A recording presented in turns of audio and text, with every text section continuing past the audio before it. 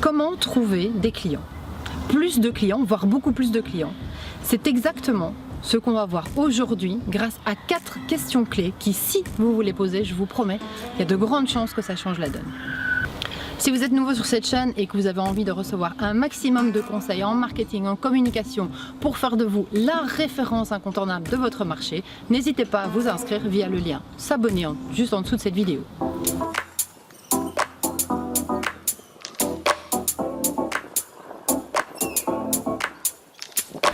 Beaucoup de dirigeants d'entreprises que j'accompagne font de la publicité à tout va. Ils font de la publicité ce qu'on appelle offline, dans la presse, dans les magazines, les campagnes d'affichage, et online, donc tout ce qui est digital, Facebook, AdWords et autres. Et très souvent, force est de constater que le résultat n'est pas forcément à la hauteur de leurs attentes. Je vous garantis que si vous vous posez les 4 questions qu'on va aborder aujourd'hui, avant toute campagne de communication, de marketing, vous allez booster vos résultats et donc trouver bien plus facilement vos clients. Si vous avez envie d'aller plus loin sur comment trouver plus de clients, comment booster votre chiffre d'affaires, je vous ai fait un petit e-book illustré que vous trouverez via le lien ci-dessous en bas de cette vidéo. N'hésitez pas, c'est cadeau. Première question, vous êtes prêts? C'est parti. Alors, la première question à vous poser est: qui sont vos clients?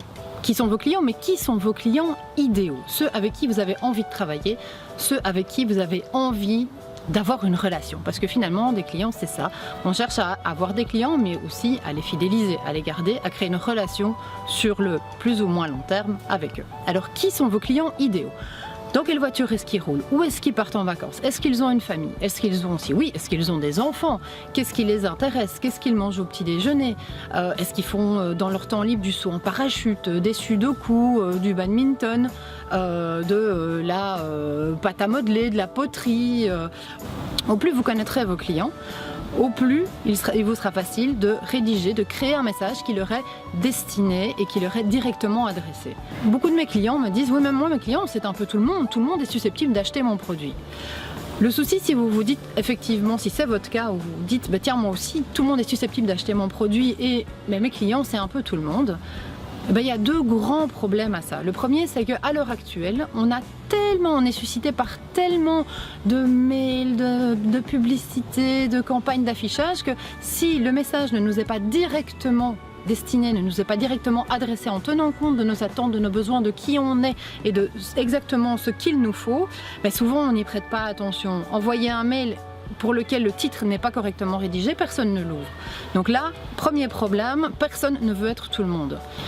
Deuxième problème, si votre client c'est tout le monde, qu'est-ce que vous allez lui dire? Comment est-ce que vous allez lui adresser un message spécifique qui répond à ses attentes?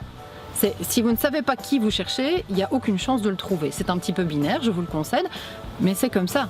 Au plus vous connaissez votre client, vous connaissez ses besoins, ses attentes, ce qu'il tient réveillé la nuit, c'est ce qu'on appelle créer finalement un avatar. Donc au plus votre avatar est clair, au plus il vous est facile de créer une communication qui lui est directement destinée à un message où on dit oui, c'est exactement ça dont j'ai besoin. Deuxième question, où se trouvent vos clients? Où se trouve-t-il au niveau digital? Donc sur quel réseau? Qu'est-ce qu'ils lisent? À quel groupe appartiennent-ils? À quelle discussion prennent-ils part? Donc premier point, au niveau digital, où est-ce qu'ils se trouvent? Et puis au niveau présentiel, dans la vraie vie, qu'est-ce qui les intéresse? Quel sport font-ils? Où est-ce qu'ils vont avec leurs enfants? Au plus vous saurez où ils se trouvent, donc si vous savez où ils sont, vous saurez où communiquer, et donc vous n'aurez pas l'impression dans votre communication d'essayer de tuer une mouche avec un bazooka en disant tiens, on va arroser un petit peu partout parce que ça demande beaucoup de budget, donc on va arroser un petit peu partout et puis on va éventuellement toucher notre cible et l'intéresser. Troisième question, comment pouvez-vous attirer vos clients? Vous savez qui ils sont, vous savez où ils sont, comment pouvez-vous faire en sorte qu'ils aient une envie irrésistible de faire connaissance avec vous et vos produits?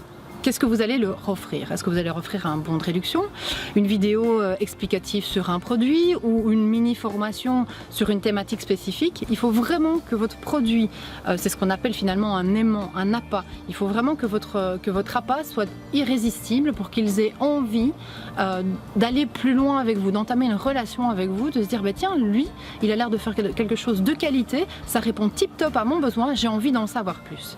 Ça, c'est vraiment, posez-vous la question, comment faire la différence, comment les attirer à vous et retenir leur intérêt. Quatrième question, quels résultats allez-vous leur donner? Vous savez qui ils sont, vous savez où ils sont, vous avez réussi à attirer leur attention et susciter leur intérêt. Pour arriver à quoi?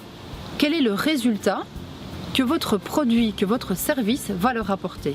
Vous le savez, les gens n'achètent jamais un produit pour un produit. On n'achète pas un shampoing pour acheter du shampoing, mais pour avoir des cheveux propres, pour avoir des cheveux lisses, pour avoir des cheveux disciplinés et ne pas avoir une tête de lion toute la journée. On l'achète pour ce qu'il propose, pour les bénéfices du produit et du service. Vous, par rapport à votre produit, à votre service, qu'est-ce que vous proposez, qu'est-ce que vous offrez à votre client? Et c'est là-dessus que vous devez communiquer. Pour rappel, les 4 questions. Qui sont mes clients? Où sont mes clients? Comment vais-je attirer leur attention? Et quels résultats est-ce que je vais leur donner? Je vous garantis que si vous prenez le temps de répondre à ces questions, d'aller dans les détails, de faire des brainstorming avec votre équipe pour être sûr de bien connaître votre avatar, de bien savoir où il est, de bien savoir ce qui l'intéresse et de bien savoir ce que vous pouvez leur proposer, si vous arrivez à tourner votre message, à créer un message qui comprend tout ça et à l'adresser exactement où il est, vous n'aurez plus aucun souci pour trouver non seulement des clients, mais une masse de clients qui seront vos clients idéaux. À très bientôt pour d'autres astuces.